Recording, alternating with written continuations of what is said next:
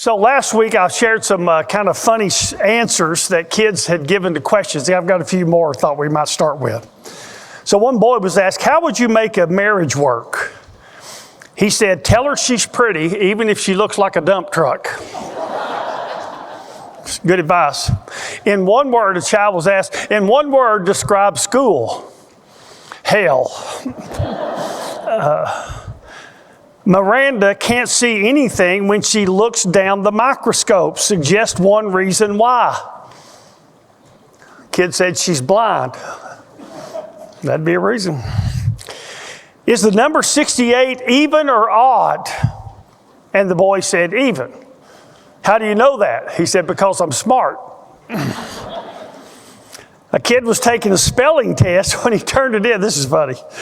He had circled a wet spot and wrote beside on the paper and wrote beside it, do not touch, it's snot. It fell out of my nose. This stuff you only get if you work with kids. You would never experience all this. What do we call the classification of living things? Racism. Of course, they were talking about animals, plants, etc. This is a great one. Draw a plant cell. So this kid drew a sunflower in jail. Plant cell. Some of you will get that this afternoon. What is red and can make teeth look bad? A brick. You thought it was lipstick, didn't you? And one of my favorites is one that some of you have seen. We're going to show it to you. Jaden has $1 bill, 1 quarter, and 2 pennies. How much money does he have? Jaden broke. Jaden's broke. I don't know how many times I've seen that, but I laugh every time I see it again. So we've been in this long series on relationships. We talked about our relationship with God, our relationship with ourselves, we talked about marriage, we talked about dating. Now we've been talking about children. This is the 6th message that we've talked about parenting. And today's message back in 2023, beginning I think it was October the 29th, I did this in 3 parts. So if you would like to go back and listen to that, it's full of stories and illustrations, personal stuff out of our lives. You'll get a whole lot more. Today's going to be kind of a machine gun approach, as I'm going to give you 22 things that I think we did right as parents. There's some of you could come up here and do this and maybe do a better job than me. I don't know. Understand, as we've said before, even if you do everything right, it's no guarantee your kids turn out right. What we've got to do is control all the factors we can control, do the best we can do, pray and hope. But in the end, every one of our children decides how they're going to behave and who they're going to be. So some of you probably did a lot better job than you think you did, but your kids haven't turned out well. And some of you might not have done that good a job at all, and your kids have. I would be an example of that. So these are some things that we did right. You can decide if you think they were good ideas. There's 22 of them. You ready? Let's get going. Number 1, we loved each other well. We loved each other well. Ephesians 5:25 says, husbands, love your wives. Titus 2:4 says, encourage the wives to love their husbands. Children don't get their security from how much you dote over them. They get their security from how much you love each other. I'll never forget, Emily came home one time, I think she's in 1st grade. And she was, one of her classmates, maybe in 2nd, one of her classmates' parents were going through a divorce. And the kid had talked to her about it. And she came home, and I remember her saying, I know that I'll never have to worry about that. That's security. We loved each other well. Number 2, we sought to follow the Lord fully. We sought to follow the Lord fully. We didn't just have our toe in the spiritual water. We were swimming in it. It says in Deuteronomy 1:36 of Caleb, it says that Caleb followed the Lord fully. We didn't try to look good. We actually tried to be good. Some people try to look like something they're not. We tried to be who we should have been. And so we sought to follow the Lord fully. Our girls should know what it's like to follow Jesus with everything in you, because they've seen us do it all these years. Number 3, we modeled and taught godly behavior. We modeled and taught godly behavior. So we're taught in Deuteronomy to teach them when they're walking in the way, when they're sitting down, when they're rising up, when they're going to bed. In other words, you're always teaching. You're always teaching. Something happens at school, they tell you about it. You teach. Something's in the news. Something has happened to somebody. Something went wrong. You teach. So you're always teaching. And so you want to model the kind of behavior that you want them to adopt and live. Because if you're telling them one thing and you're living another way, they resent what you say. If you're telling them to do this and you're doing that, they'll resent what you're saying. So you might have to model it. And then you have to teach it. You can't just say, well, we'll live it out front of them. We're not going to teach them. No, you got to teach them. Children come to this world knowing nothing. Every single thing you and I know to do, somebody taught us. And so you got to teach them. You're teaching all the time. We model and taught godly behavior. Number 4, we were more committed to who our children would become than to how our children felt. We were more committed to who our children would become than to how our children felt. In Galatians 4:9, Paul says, my children, I am in labor until Christ is formed in you.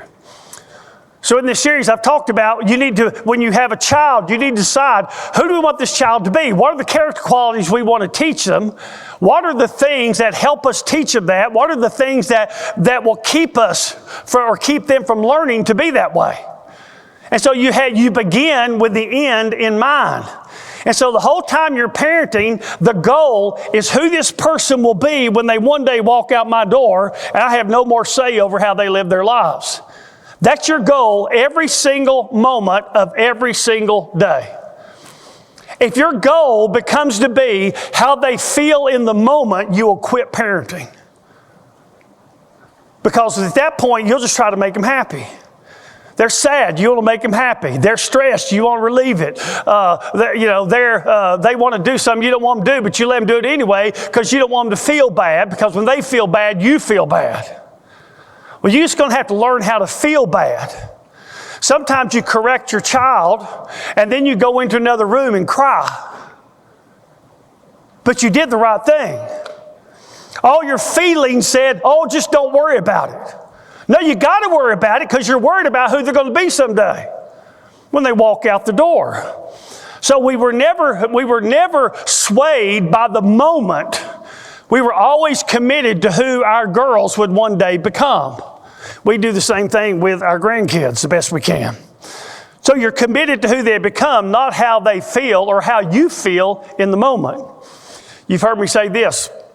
If you try to make your child happy all the time, you'll be the reason they'll never be happy. Making them happy all the time means I give you everything you want and I let you do everything you want to do. Well, I got news for you. As soon as they walk out the door of your house, nobody else is playing that same game. Nobody else is going to give them everything they want, and they're going to have consequences to the things they do. So your job is to prepare them for life outside your umbrella, out from under your umbrella, not just make life under the umbrella a hunky-dory time, which too many parents do. So you need to be committed to who they're going to become. And if you do that along the way, they're probably going to look you in the eye and say, I hate you. So you just reply, I love you. And hopefully one day you'll understand. That was really funny is Sarah and Emily both had a large part in raising Shelby, Grant and Tracy's little girl. And so we would parent them. They would hate what we were doing, okay, just like everybody else's kids. But then they would be keeping Shelby while Tracy was teaching piano, and they'd come home, Shelby did this, Shelby did that, and here's what we did. They did everything we would have done. It was hilarious. They'd gripe about us doing it, and then they'd go do it to Shelby. It was the right thing. They were learning. They were getting it. Again, they complained when we did it, but they did a great thing when they were with Shelby. Everybody's not raising kids like you are. We tend to think if they're a Christian, they're doing what I'm doing. Don't count on it. You may think, well, they've been in here hearing all Rocky's messages. They're raising their kids like I am. Don't count on it.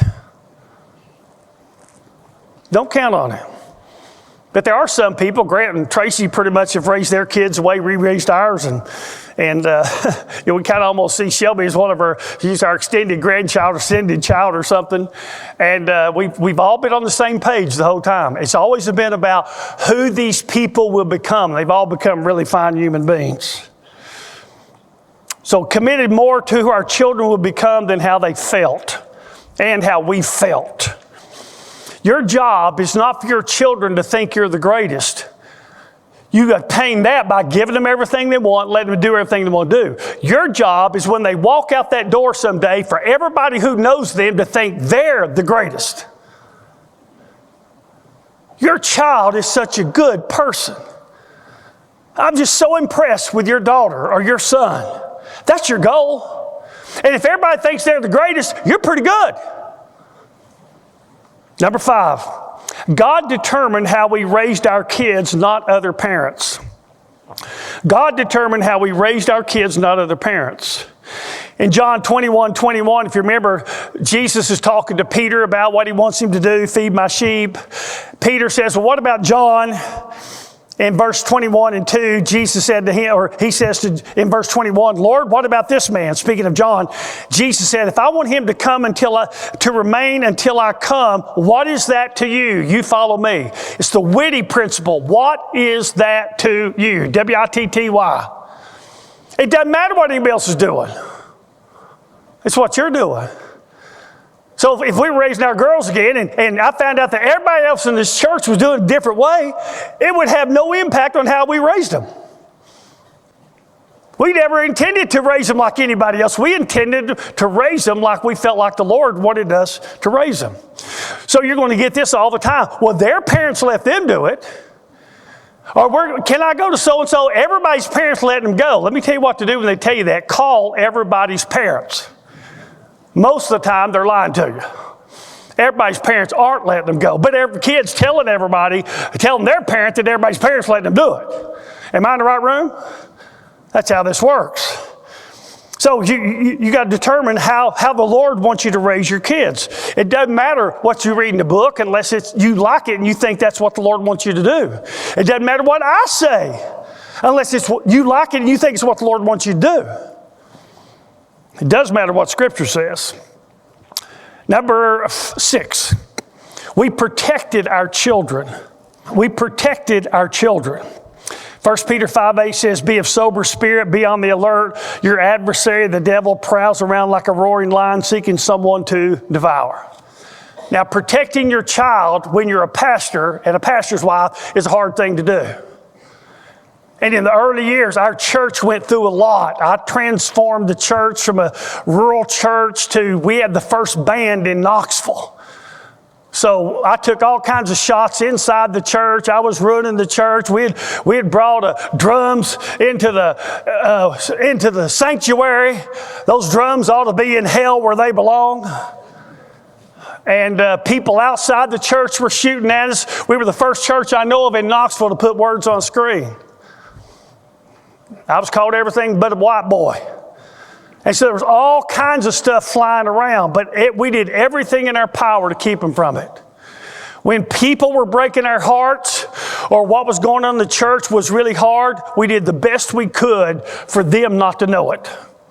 We wanted them to live somewhat normal lives, not live in all the drama that's too many times pastors' kids end up living in and therefore rejecting the faith because of it. So you got to figure out how to protect your kids. There's a great book I read. I wish maybe I can email out the title. But it says this. This is not a Christian guy. He says, here's what's wrong with today's parenting. Physically, we overprotect them. Electronically, we underprotect them. Physically, we don't let them do anything if we're not watching or somebody's watching. And what we're telling them is, you're not safe unless I'm here. That doesn't build a secure kid. That builds an insecure kid. So we overprotect them physically. We don't do that. You might hurt yourself. Let them hurt themselves. You might break an arm. Let them break an arm. They'll learn from it. And then we underprotect them, and we give them a smartphone with the internet on it, with access to a billion porn sites, and we don't know what they're looking at. We let them listen to music, we have no idea what the lyrics are.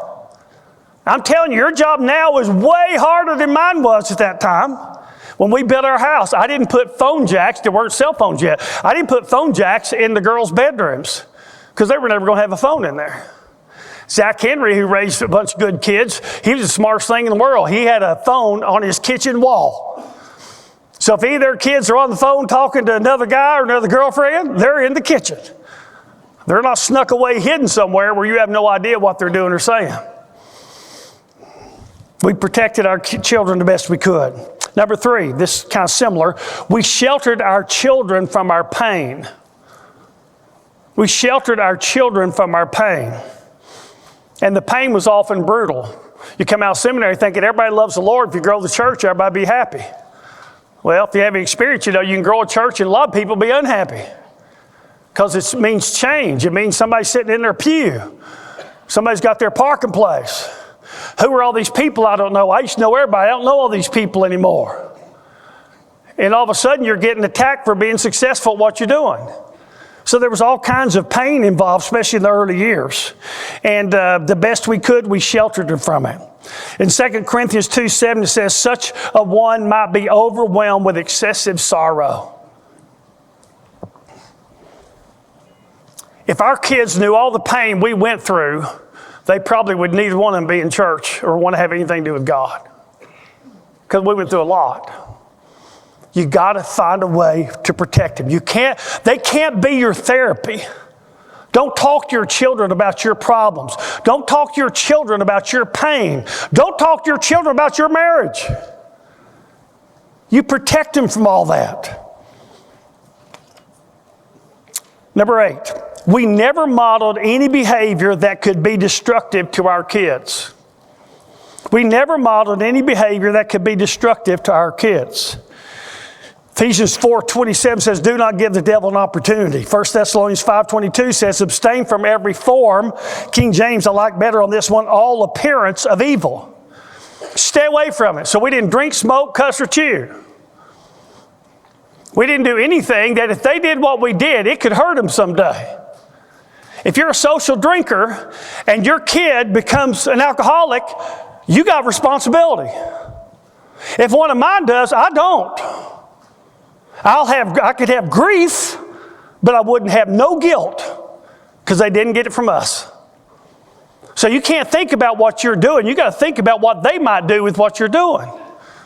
Years ago, I learned this principle. What we allow in moderation, our children will do in excess. Great examples, David. Remember, David had too many wives. First one was Michal, Saul's daughter.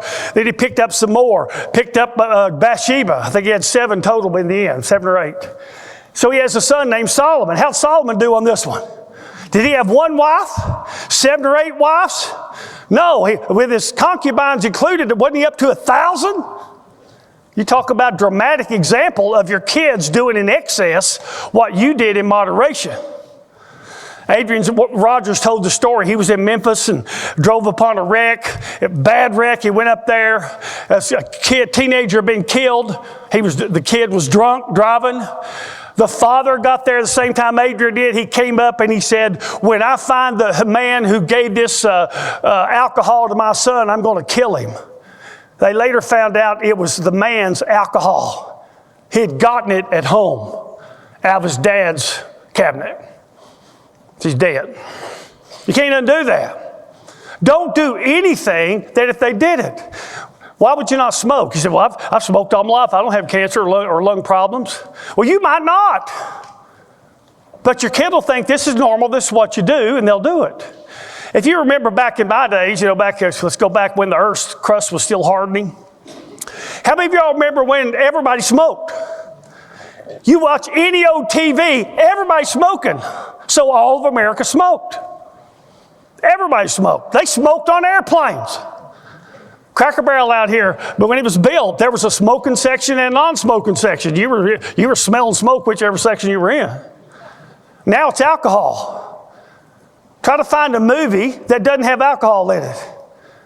And Hollywood teaches everybody to drink. And so when our kids get drunk and they have these devastation things, now you got women drinking, men slipping them these pills, knocking them out and raping them. You can't undo that stuff, guys. You just got to fight like mad to keep them from ever getting in those possibilities. So we never modeled anything that would be destructive to our kids. Number 9, we had a lot of fun. We had a lot of fun. Rules without relationship usually end up in rebellion. So you got to have a relationship. You got to have a lot of fun. In the old, I think it's the first of those 3 messages, I'd give all kinds of stories. We used to play Pretty Princess. So there's a picture of me somewhere. I've got little earrings on, little crown, maybe some glasses. And we'd play these games with our kids all the time. And we just had fun. Emily was a walking comedian, and Sarah has this gregarious laugh, if you know her. And so we just had a lot of fun. We laughed a lot. So have fun with your kids. Proverbs 17:22 says, a joyful heart is good medicine. You know something, Betsy and I do this. Betsy does this with her girlfriends. I've done it with guys that, I hang out with. Anybody seeing us have as much fun as we're having would assume we were drinking. Because they just assume you can't really have fun unless you're drinking. No, you can have all kinds of fun and not be drinking. So we had a lot of fun. Number 10, we spoiled each other, not our kids. We spoiled each other, not our kids. Watch this. God's plan, one man, one woman for life. Anything off of that line creates problems. The further you get from that line, the more problems you have. So you get multiple marriages, et cetera, et cetera. God hates divorce. He doesn't hate divorced people. He loves divorced people. But he hates divorce because he knows what a mess it makes. If you're divorced, you know what a mess it makes. So that's not what he wants. He wants this one man, one woman for life. And so what that means is Betsy is permanent. My children are temporary. We're going to one of us hits the grave. We're hoping we'll both go together. Maybe we'll get lucky and be on a plane will go down or something. I don't know. But with our kids, we raise them to leave. That's how you do this. And so we spoiled each other and our kids. You spoil your kids, you get brats. You spoil your mates, you get a great marriage. I told Betsy one time, I said, as long as it's not immoral, illegal, and it won't put us in debt, I'll get it for you. You can't imagine how many times she's used that on me. But anyway, but it's true. If I love her, wouldn't I give her everything I could possibly give her that she would want, that would make her happy? I mean, if you don't do that, how can you say you love somebody? So we spoiled each other. We got a great marriage. Our girls knew what that looked like. They know what it looks like for a man to love his wife and for a wife to love her husband. You need to give that gift to your kids. If you've messed up in the past, you need to try now to give it to them. And let me say this. Every kid needs a parent. Some of you are raising grandkids. It's not what you ever intended to do. It kind of got thrust upon you. And because you love them, you've taken up the job. You're doing it. But that child needs a parent. So what happens oftentimes is, well, they've been so hurt, we just can't we just got to make them happy. We can't be hard on them. They've just already hurt so much. And you start doing what I call deficit parenting. And they don't have a parent. They need a parent. I don't care how much pain they've got in their past. They need a parent. A child who gets his own way, we saw last week, brings shame to his mother. And so you got to be a parent. It's hard. It's real hard. I don't envy you at all. But those kids need a parent. They got to be told what's right and wrong. They got to know what happens when you do the right thing or you do the wrong thing. Don't cripple them further by not parenting them. You adopt a kid, you do the same thing. Well, they've been through so much, or you're whatever. I guess foster parent be some kind of same thing. Every child needs a parent. Number 11, We never excused bad behavior. We never excuse bad behavior. So here's what parents will say. Well, kids will be kids. Well, everybody else is doing it. Well, you know what? They're no worse than we were, and we turned out all right. That could really get your kid in some problems. But the fact that you turned out all right is no guarantee they will. So we never excuse bad behavior. This next one's similar to it, number 12. We never settled for bad behavior. We never settled. So what's that mean? Well, at least, they're drinking. Well, at least they're not doing drugs. They cheated at school. Well, at least they're not stealing from stores. You see what you're doing? What you're doing is you're finding some way in your own mind to be okay with their bad behavior. And it's not good for you, and it definitely isn't good for them. So don't settle for their bad behavior. Well, at least they're not blank. What you want is for them to become like Christ. You want them to become outstanding human beings. And that's not an accident. Somebody has to work at that. So don't settle for bad behavior. Number 13, we allowed our kids to suffer consequences for their choices. We allowed them to suffer consequences for their choices. Sometimes we were those consequences. Other times it was something else. Your kid breaks his favorite toy because he mishandles it. So what do most parents do? They go buy him another one. How about this? How about you work out a working situation, make them earn the money and buy their own? They might learn something from that.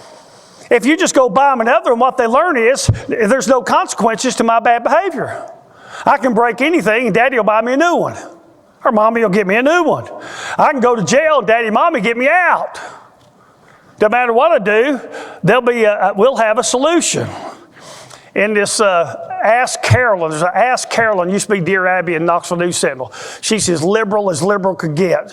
And she gives the most idiotic advice. So she had this one girl, and they decided that she will get to decide when she wants to be sexually active, when it's right for her. And the mom who wrote in said, and we have a plan B if it doesn't go well, which is take her to get an abortion. You think that kid's going to turn out good? No. And some child, or 2 or 3, may never breathe in this life because of it. So let him suffer consequences. Galatians 6:7, whatever a man sows, this he will also reap. Your kid doesn't practice, they get cut from the team. Don't go see the coach. Tell them they're going to have to work harder so they can make the team next year. Don't go fix it for them. They make a bad grade. Don't go after the teacher. It's okay for them to call and say, can I do something to make this up, to bring this grade up? But don't you go fixing it. You say, well, they'll have to go to summer school. Let them go to summer school. Again, your goal should not be this summer. Your goal should be this person in 15 or 20 years. That's your goal. So let them suffer consequences. Number 14. We cared more about character than we did looks, grades, or sports. We cared more about character than we did looks, grades, or sports. We never tried to turn our girls into pretty girls. We wanted them to make good grades, and they did. They didn't do much athletic stuff, which I had to grieve and let go of because that's all I was an athlete. But what mattered always more than any of that, I'd rather them flunk out and be a good person than make straight A's and be a jerk. Got a bunch of people, a bunch of snowflakes out here protesting all over the place for the last 5 years who are, and maybe longer than that, and they probably straight A students. So care more about character than anything else. That's why we told you last week, we told them, don't lie to us. No matter what you've done, if you lie about it, the lie will be the bigger problem. We'll teach them how to tell the truth. Proverbs 22:11 says, a good name is to be more desired than great wealth. Your character matters a whole lot more than your money. Lose the money if you have to keep your character. You told somebody you'd give them something or pay for something. Now you don't want to do it, but you said you would. Keep your name and your word. Lose the money, keep your character.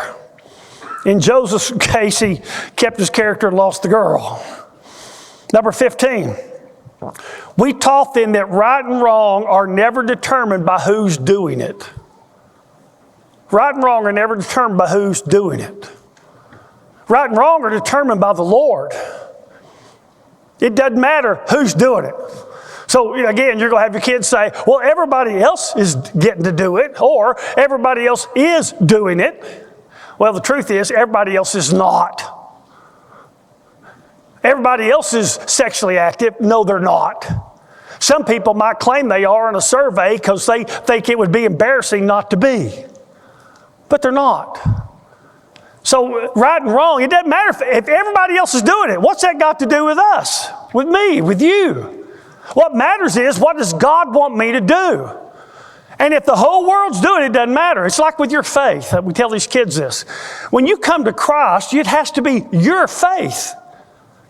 This is what I believe. I believe this if my mom and dad throw it all away. I believe this if this whole church decides to become atheist. I believe this if all my favorite preachers morally fail. Because what anybody else does has nothing to do with my faith and what I believe. That's something I have with God. It's not some group thing I'm in. You can have faith with others in a group, but you can't have a group faith. You have to have your own. Remember in the woman at the well, the woman at the well went back and told these people in the village about Jesus, and they believed. But then they came out and saw him and met him, and they said, we don't believe because of what she said. We believe now because we've seen you and we've heard you. So teach them that right and wrong or do it. So if somebody that you admire is doing the wrong thing, it's the wrong thing. And listen to this one. This may be harder for some of us else. If somebody's doing the right thing, it's the right thing. When's the last time you complimented a Democrat and thought that was a great move? If it was the right thing, it's the right thing. It doesn't matter who did it. And when's the last time you criticized your president because what he did was wrong? And some of you are thinking, well, President Trump's never done anything wrong. What world are you living in? Right is right, wrong is wrong. It doesn't matter who's doing it. And if your enemy does the right thing, give him a compliment. And if your hero does the wrong thing, be critical of it. If not, you're just for sale. You're for sale to the group, whatever your group is. Whatever they believe, I believe. Whatever they think's okay, I think's okay. Whatever they think's wrong, I think's wrong. What you are is you're a nobody. What we do is we say, we don't want you to be a nobody. Nobody has no convictions whatsoever. We don't want you to be anybody, and anybody is somebody who takes on the convictions of the people around them. So now we're at high school, we're in youth group, it's cool to be a Christian, but one day I'll be at UT and there'll be drunken sex parties, and then I'll probably do that because that's what's going on. That's an anybody. What we want you to be is a somebody. A somebody does what's right, a somebody does what they ought to do, and it doesn't matter what anybody else is doing. If they go to the UT campus and 80,000 people are doing it, it has nothing to do with your choices. Because you don't do what you do because somebody else does what they do. You do what you do because you believe it's what God wants you to do. That makes you a somebody. You want some self-worth? Be a somebody. If you're a nobody or an anybody, how could you have any self-worth? You're just a weakling for sale. So be a somebody. You can be proud of being a somebody. You can be proud to say no when everybody else is saying yes. You can be proud not to do something that everybody else is doing. Proud of yourself. By the way, you can't get a self-image at the Weigels. Say, well, I'd like to feel better about myself. Then do something to feel better about yourself. Go serve somebody. Go give something. Stand up for something. And you'll feel better about yourself. Number 16, we never made our children the center of our world. We never made our children the center of our world. The center of our world was the Lord and what He wanted us to do. This resulted in a lot of interesting events. I would end up taking kids to the hospital with me at times because Betsy was working or something.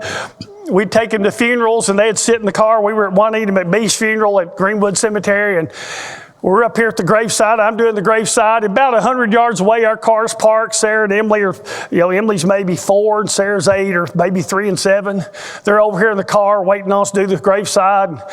Sarah talks Emily into starting to honk the horn.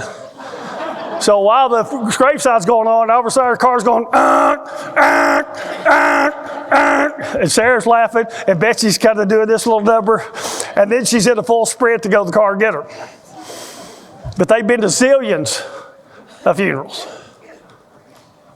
and those kind of things. They weren't the center of our world. Jesus was. Let me give you parents some advice. Miss some of their games. They won't die. What they need to learn is they can live and be okay without you looking over their shoulder. If you got 2 weeks of vacation and you got grandparents available to do it, take a week of vacation with your kids and take one with just the two of you. You say, oh, they'd die. No, they'd be fine. They'll learn that your world doesn't revolve around them. And one day when they become a parent, their world shouldn't revolve around their children. You're wanting to teach them their world revolves around God. And then your first priority in your relationship is with your wife, not them or your husband. If Betsy ever asked me to choose between her and the Lord, she'd lose, just like that. In the same way, if I ask her to choose between me and the Lord, I'd lose. If you ever ask us to choose between us and our kids, the kids lose. See, the problem with some of your marriages is they'd win. And you say, well, we went on a week of vacation. What will we talk about? Well, you probably spend half time talking about the kids. But you might rediscover each other. Learn how to have a great time. Because one day they're going to leave, hopefully. Some of them are coming back. Just brace yourself. But hopefully they're going to leave. And some of you are going to be in real trouble. Because your marriage is hanging by a thread all about the kids. You're co-parenting children, not two people deeply in love, falling more in love year by year, which is what you ought to be. Which, by the way, is the thing your children need the most from you, is for you to have that. So we never made our children the center of our world. Number 17, we modeled and expected servanthood. We modeled and expected servanthood. Everywhere we go, we serve. We're at somebody's house, we help get dishes up or whatever else. We just do those kinds of things all the time. Some of you know people, they go somewhere, there's a whole lot of work going around them, they're just sitting there like a knot on a log. Teach them to be a servant. In Mark 10:45, Jesus said that He did not come to be served, but to serve and to give. You kids, you people, when you go to work, don't just do your job, do more than your job. Every opportunity you have to help somebody else do their job, help them do it. Now, not to the neglect of yours, but help them do it. You can say, well, that's not my job. It doesn't matter. You're supposed to be a servant. And believe me, if you do that long enough, your boss is going to recognize it. And you're probably coming up the corporate ladder with that. So teach them to be servants. Number 18, we modeled and expected compassion. We modeled and expected compassion. We expected them to care about people. Micah 6:8, what does the Lord require of you but to do justice, to love kindness, to walk humbly with your God? Most of you know we have a special needs now 30-year-old niece, Bailey. And Bailey, she's here ever so often. Bailey just absolutely adored our girls, and then now she does their kids. And she's got about the mind, maybe a 1-year-old, I don't know. And but they have always just loved her. They'd let her sit there and play in their hair for hours without ever complaining about it. One of our first Christmas parties, I guess it was Lee County, somebody brought in a Down syndrome child. And so I knew exactly what to do. Emily, can you keep this kid all morning? So the whole morning, Emily took that kid around. Had a blast, just loved on that kid. The typical teenager wouldn't have touched that with a 40-foot pole. They'd say, I don't know what to do with that. Teach them how to care about people. Talked about this some last week. Do things for others. Find some family that doesn't have much and give them a Christmas. Let your kid hand their kid gifts. Teach them how to care. Number 19, we didn't argue in front of our children. We didn't argue in front of our children. To this day, I don't think Sarah has ever heard Betsy and I have an argument. When Emily was in college, she heard one. I remember it. She probably remembers it. But we didn't argue in front of them. Maybe that became a negative because they didn't see us resolve conflict because we just didn't have conflict in front of them. We had plenty not in front of them, but not in front of them. And some of you just get mad or angry and you just start letting it fly. You know what that does? Your children are internally cringing. And you're creating fear in them. Are mommy and daddy going to make it? Are we going to be okay? And then especially if you're any way abusive, verbally or physically, just imagine what you're doing to the psyche of your child. I don't care how much you think you hate your spouse. Don't do that to your child. You're just destroying them. And they'll be in therapy all their lives. Why? Because they watched you treat their mother a certain way or their dad. Model compassion. Don't argue in front of your kids. That takes some self-control because something happens, one of you gets ignited, and you got to have the discipline to say later and just pretend like that everything's fine. Number 20, we didn't allow our children to mistreat others. We didn't allow our children to mistreat others. Ephesians 4:29 says, let no unwholesome word proceed out of your mouth, but such a word as is good for edification according to the need of the moment, that it may give grace to those who hear. Verse 32, be kind to one another, tenderhearted, forgiving one another, each other, just as God in Christ has also forgiven you. So we never allowed them to mistreat other people. When we first moved here, Sarah was probably 2, and we had some friends over, and they had a 2-year-old, and Sarah, I guess, had never had anybody on her turf playing with her toys. So in no time at all, Sarah had bit her. Sarah never bit anybody. We'd never seen anything like that. And so I spanked her. And 5 minutes later, she bit her again, and I spanked her again. I don't know how many times she bit her that night, but every time she did, she got consequences.